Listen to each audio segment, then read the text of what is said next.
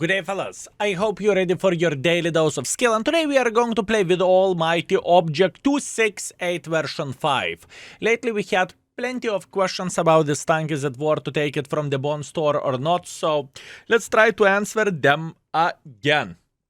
Meanwhile, keep this in mind, you can see the tank rating in the index page, in-depth ratings, community ratings, and overall YouTube videos, and plus on top of that, equipment setup, crew setup, and many other stuff. Plus on top of that, you can rate the tanks yourself, and in the same time, you can click here on the maps, you can select the map you are struggling in, and you can pretty much find videos very easily inside of that map. Hopefully that would help.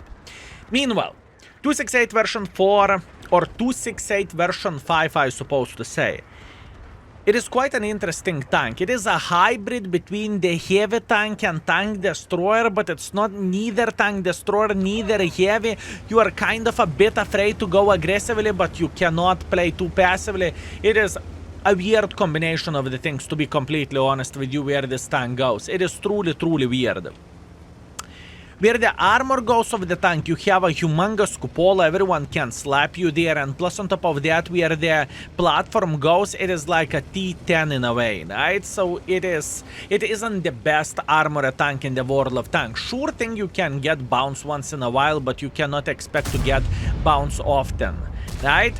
This is the first thing.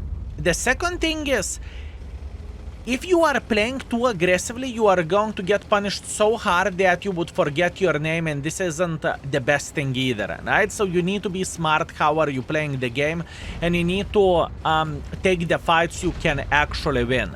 Luckily for us, we cross-tried here, and we are feeling pretty good about ourselves. Obviously, this MX-30 will try to make our time as hard as possible, but I believe we are going to be okay. I think the most and the best selling feature of this vehicle is overall big alpha damage and the heat penetration. Straight up. This is what I think. The big alpha damage so you can win the trades, and the heat penetration so you can slap the living crap out of the enemies. This is the best and the finest thing about this. Now, this MX, you see, this MX doesn't know that we have a big boy penetration. He's down to 2 shottable for us. All I want to see him trying to peek over there. And if he is going to do that, he is definitely going to regret his life choices. This MX-30B is kind of useless. He cannot get involved over there, so we are feeling pretty well with all of this. So now we are just simply holding this position. Yes, I'm very well aware of that we have some guys who are sitting in the back and who are a bit afraid of getting involved, but I cannot blame our team. Speaking about the team and speaking about the stuff which we could do over there, you see this bush? There is a light tank over there. No, there isn't light tank over there. Okay, I see how it goes. I have a feeling that light tank could have shot himself a bit over there. This is okay, this is understandable. Now we are making a bit of pressure, and oh my bananas. Don't be afraid, we got this. Just please let me aim my shot properly and we are going to be okay. How are you doing? He's down to fartable for us at the moment, fellas.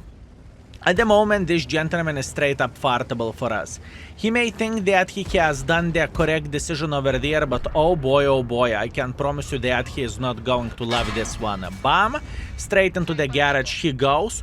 Although we paid a humongous tax in order to clear this guy, or in order to eliminate him from the game, right? Which isn't super amazing, but it is how it is. We still have high explosives left, and we can say hello to this light tank. And oh boy, this is the moment when ELC was just simply saying, please no, please don't do this. And look at our Carveron MVP Carveron, fellas.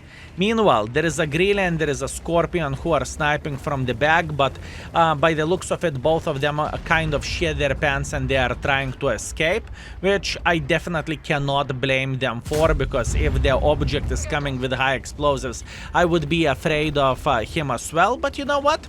We are going to go for them.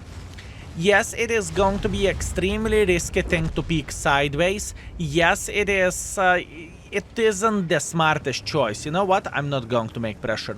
I changed my mind. There is a big chance, fellas, they will simply one-shot us because, once again, we just got shredded like there is no tomorrow. The Grille shot was a game changer, so I cannot make too much pressure.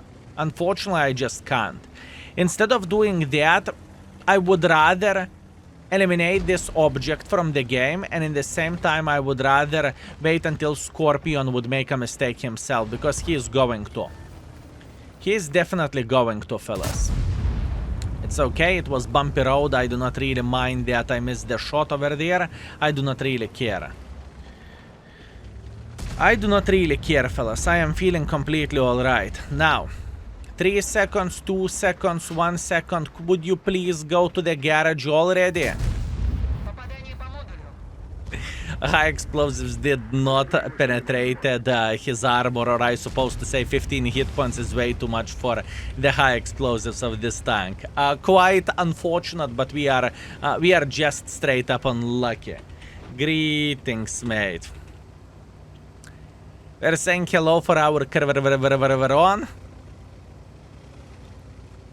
And how we can do this? I really would love to one-shot this Scorpion G. I would love to, fellas. That would be absolutely amazing. The question is, am I brave enough? And to be completely honest with you, yes. 1075 in the face. 1075. Meanwhile, our Kerveron is saying, you too sexy beast. We are leaving the heart, fellas. We have a bromance going on, okay? We have a bromance going on. Please allow us to enjoy it, and please allow us to have a great time, okay? Whew. Beautiful, beautiful, beautiful shot and beautiful penetration. Now, the question is, can we get some extra use of all of this? We know the other Hawk cannot one-shot us, but Vaka can.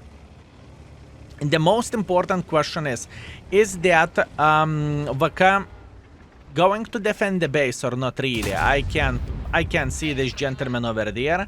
I am very well aware of that. He's down to one-shottable for us, I know, and I would love to make a bit of pressure as well, but once again, if everything would be so simple. Okay, let's go for a snapshot, I guess. He kind of shit his pants, that's okay, and I understand the risk. Yeah. I understand the risk. I know how risky that was, and Vaka is sitting in the back over there. I knew it, fellas, but I was still making pressure. Yeah, stupidity, what can you do? Not a bad game whatsoever. What we figured out in this game, we figured out that the gun can definitely work, and the gun can do very good stuff, right? The armor of this tank, definitely not trustworthy. In other words, you cannot treat this tank as a super heavy tank. More likely it's more positional tank, you know. You are sitting somewhere around the corner and waiting until someone will peek so you can slap them for 750. And that's about it. This is all there is to say about the tank. Neither tank destroyer, neither a heavy tank. Quite a weird stuff, and I kind of threw this game. Not kind of, I definitely threw this game. Fingers crossed that our team will win this. Yeah, fellas, mistakes were made. The Kerveron tried to do his best, but he could not win the game, and fellas, I threw this. I was so confident, I was chilling, I wasn't thinking, and well, I'm accepting my responsibility. Not much what I can change about that.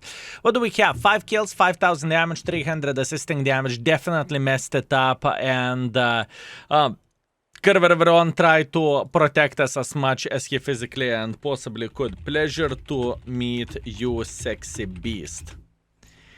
Pleasure to meet you, sexy beast. I'm so sorry to weaken the tier 10. You did well. He helped us, fellas, to push the line, and he was like a punching bag. I mean, I owe him a big wet kiss, and yet still I threw the game. It's okay. Better luck next time. Let's go for round number 2, shall we? Oh, would you look at that? Erlenberg assault, and we are playing against the tier 8s. What is up with this matchmaking? We are being very lucky with all of this. Okay, how we are going to approach this? There is a couple of ways how we could do the things. We can even play here. We can go aggressively into the city, which I am not a big fan of. We could try to stay somewhere over there, at least safely at first, to see which lane our team would uncover, or which lane needs some support. So I think this is what we are going to do. Or alternatively, we could even play over there, but I think it doesn't give us that much of the choice. So that being said, what I would love to do, I would love to punish someone who is trying to make a bit of pressure like this, right? I think this is the proper play, and I think we can get the most use out of all of this. Although, look at enemy aggression, whoopsie. Look at enemy aggression over there.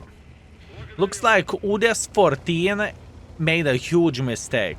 If our guys are going to be smart, and I believe they will be, they will eliminate this guy like there is no tomorrow. That being said, what is happening in my pigeon head, I am instantly thinking about taking this corner over there, because looking into amount of the forces, it looks like enemies are going to go full brrr mode.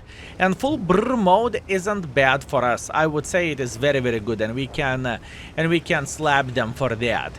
Do I want to load the hits? It's unnecessary, but I kind of want to, and if I want to, that means I want to. Meanwhile, Fosh 155 is sitting over there. That basically means that we are going to wait until he will mess up, and mess up he will. Beautiful, beautiful shot for 600 in the side. We are still feeling very, very fine. We are going on the reload, and in 8 seconds we are going to be able to slap this Mr. Progetto, because Progetto probably thinks that he can play very, very well over there. Let's see. Can we punish him? This is the question. Maybe Medved is making pressure. Indeed he is, but first of all we are going to say hello for a double penetrator. Beautiful punishment for casual, 800 in the face, and that's nice.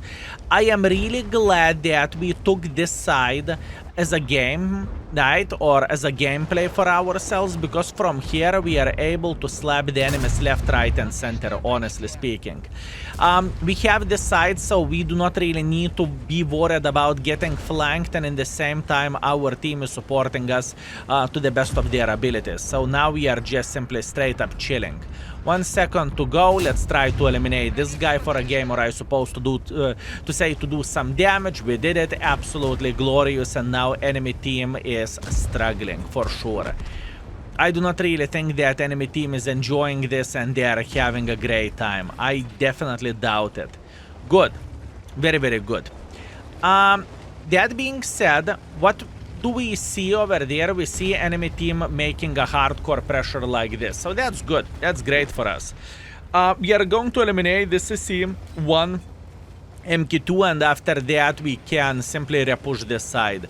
Enemy team was way too aggressive in this specific situation, and pretty much they threw way too many hit points. So now we can simply say hello, we can be aggressive, and we can pretty much farm the living crap out of them. As you can see, I do not really mind to take one for the team, because we can eliminate this gentleman, and all we need to do now, we need to keep making pressure like so. Definitely a weird tank, definitely not a tank destroyer, definitely not a heavy tank. The benefits of this tank is turret as well, right? To have a turret is absolutely amazing and absolutely glorious, but I would not say that turret would make this vehicle absolutely amazing or broken tank or something. That's definitely not the case, but it makes picking the corners a bit more comfy than, let's say, Object 268. I'm not talking about the version 4, and even version 4, you know? It just feels a bit more comfy in this way to play. Meanwhile, Mr. E5 doesn't pay too much attention, so we are just eliminating him from the game. Luckily, we had a support against E3, so E3 could not flank us, and all we need to do, we need to get one more shot if it is possible for this Medved. I would say we did well, fellas. I would say we did well. We wasn't too aggressive in this game, but it was more than enough.